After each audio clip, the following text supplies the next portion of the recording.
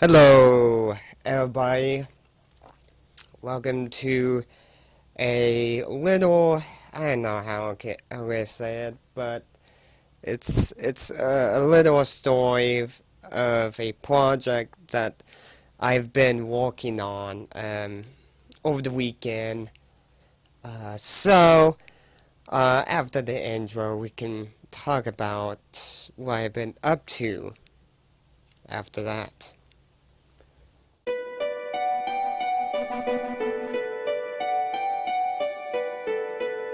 We're back.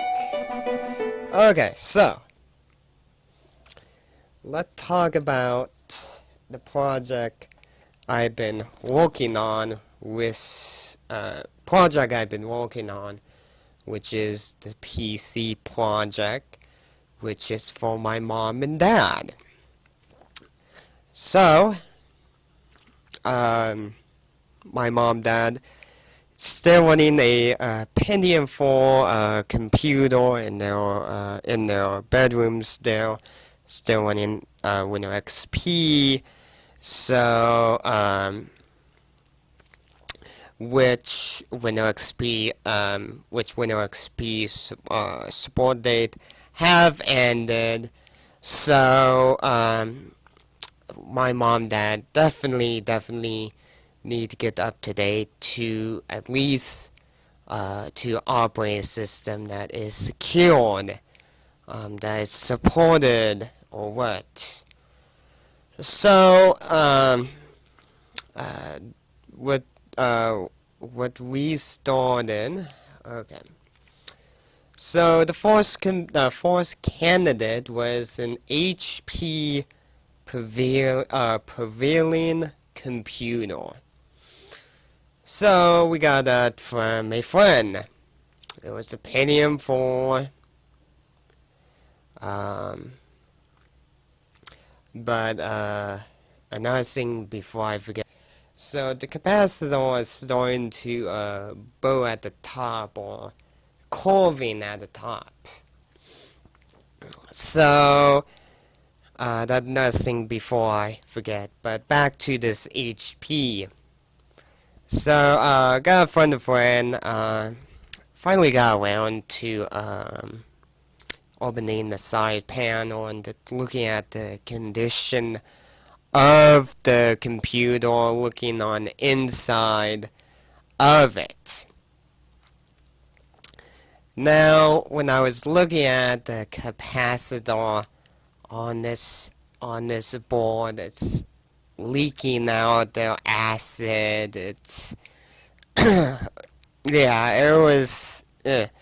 So I got the HP motherboard, swap out with a Dell motherboard, and this is where I got to work. I got it to load. I was loading Linux because it's a Pentium 4, and if you try to put the latest operating system, it's especially Microsoft operating system, it's going to be pretty heavy for this computer. So I was using Ubuntu 32-bit. I was trying for like x86 or 64-bit, but Ubuntu didn't want support. So the only bit that Ubuntu was willing to work with me was 32-bit.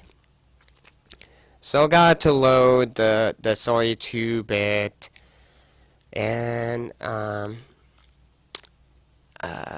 it went to sleep. Wiggle the mouse. I had to give it a few. Every time it go to sleep, when you wiggle the mouse, there was like a delay when you wake up the computer. So after a couple of time, wiggle the mouse, give it a minute to wake up, and it didn't wake up yet.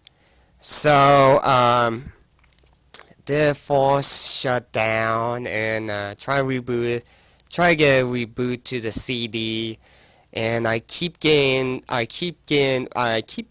running into the issue of slave and master. And I'm kind of looking like, gosh, this shouldn't be hard, okay?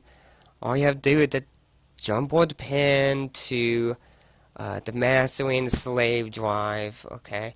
So I was looking at the pin, and the jumper was in the correct spot. So, so after like tinkering around with that, I was kind of like, okay, I think the board that kind of gave out, you know.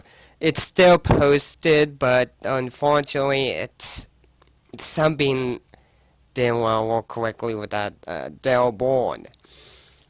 So, I have a friend or a classmate who contacted me about a computer or a computer. It's like, hey, do you want this this computer? I'm kind of like, and this is a time where I was kind of burnt out on a Pentium 4 board. So I was kind of getting a little irritated.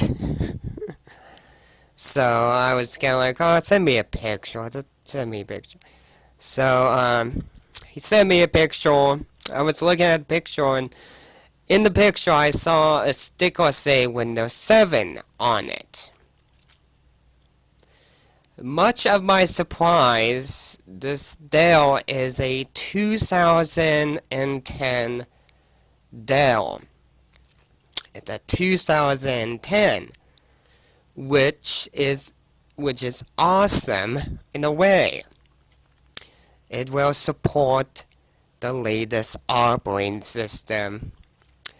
But the most important feature is HCI, which is part of the new booting, or part of the boot for the BIOS. So I was kind of like, awesome. Well, I'm kind of like, well, bring it in. So yeah, I got it in. This can have been to like a smokehouse.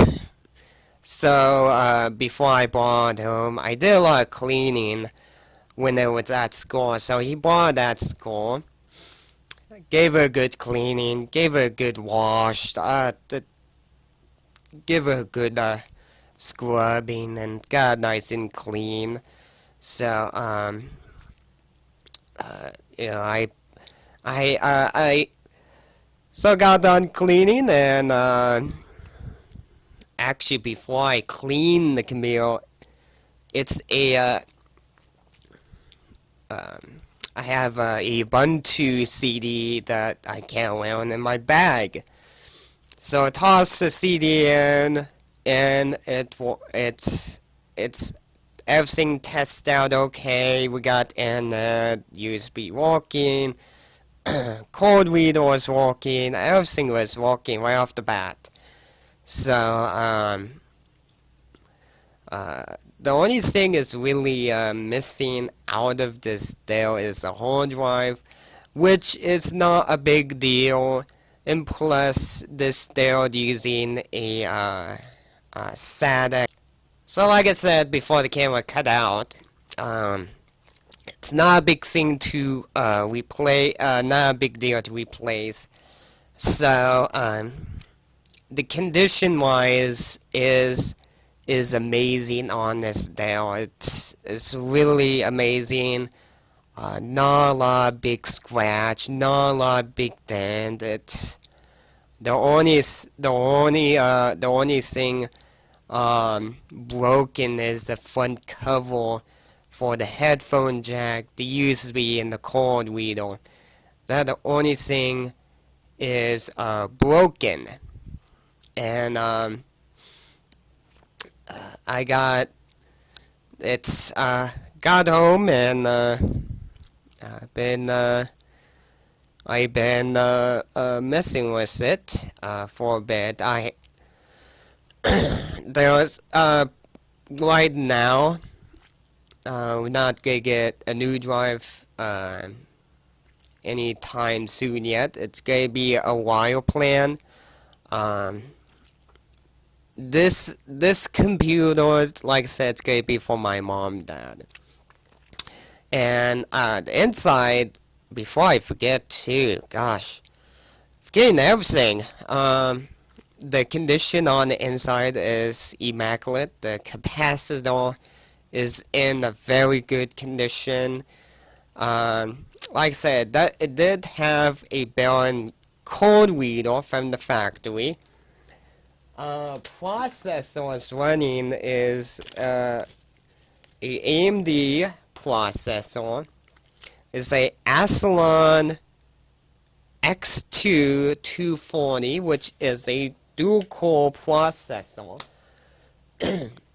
And what's beautiful about this X2 240 processor is virtualization. If you don't know what virtualization, that Google search it, but I'm gonna say very basic thing. You can emulate other operating system on top of your operating system or what. So that's beautiful, because what my plan would be is to run Linux and virtualize Windows for medical or the typing of a Word doc. Just only two things that I'm gonna virtualize Windows for my mom and dad. Nnet for medical and doc or Microsoft Word doc. So that's like I said, pretty cool feature, pretty nice. Generally AMD do include on their budget processor for relatively cheap price for the processor. So that's pretty good for AMD port to do that. So so condition is good. I'm gonna say, I don't know how I'm gonna thank my classmate who have offered this computer and a perfect timing. The perfect timing. So I will overlay a photo of him. I will say, thank you, buddy. You have shocked me with this perfectly good condition computer. And it's very well. It's not everybody would hand you like a 2010 machine. Most of the time they will try using it until it's obsolete. So that is a perfect condition computer. And can't cut out again. I don't know. But like I said, I don't know what the heck I was saying before this camera decided to cut out again. This camera has been recording 20 frames per second, which should be a nice low resolution. I don't know what the heck. But now there were some shots I did not get for the HP Pavilion and Dell. One, I did not take any photo of the original condition or a little bit of progress. Even the Dell,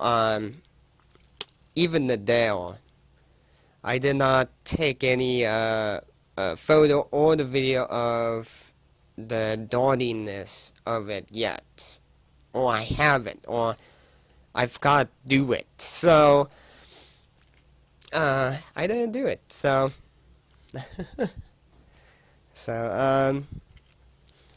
yeah. So that's my story about turning a Pentium doing a Pentium 4 project was completely a fail for me. I had very rough time getting a Pentium 4 computer to work, and it didn't work, and a classmate who have offered me a computer in a perfect timing. I mean, just in a perfect timing. I mean, I will overlay like the Google. I will overlay the photo, with the first impression photo that I saw.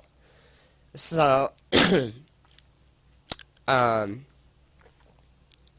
like I said, overlay a photo of the surprise. And like I said, I'm very thankful in a surprising way. Like I said, a 2010 machine will support the latest operating system, which is completely awesome. So I will see you next time, people.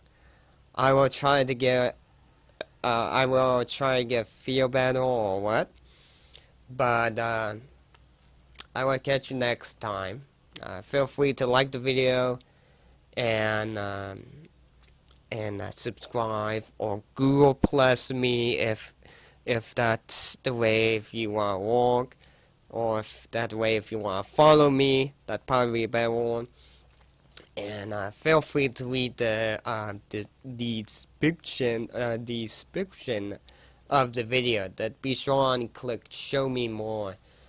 You will see links, or you will see the channel email address and Amazon wish list that support the YouTube channel or help you guys build your own computer or get ideas how to do it. What thing do I need to look at, or something like that.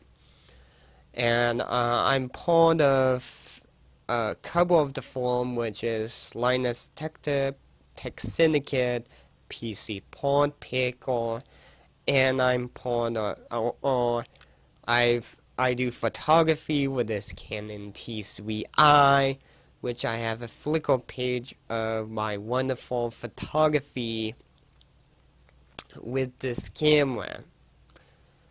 And that'll be it. So, see you later. I will catch you next time.